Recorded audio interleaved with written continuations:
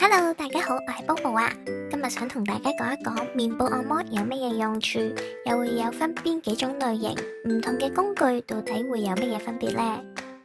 面部按摩通過特定嘅手法同工具，可以促進面部嘅血液循環同淋巴循環，有效咁樣去排除多餘嘅水分毒素，改善皮膚嘅狀態，增加彈性，並且可以舒緩面部嘅肌肉緊張。長期堅持嘅話，可以達到抗衰老、去皺紋、提升面部輪廓等效果。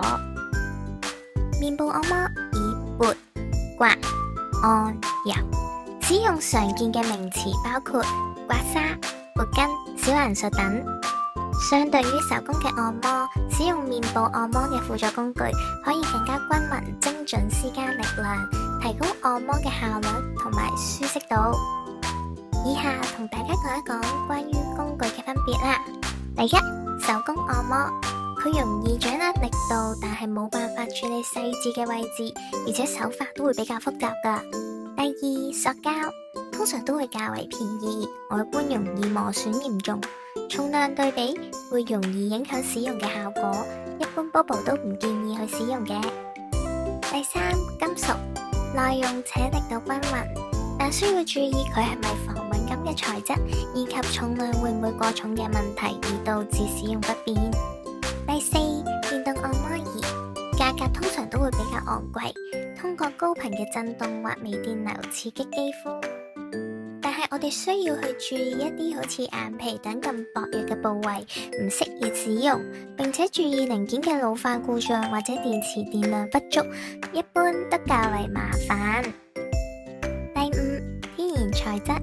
如牛角、玉石、水晶、扁石、木頭等。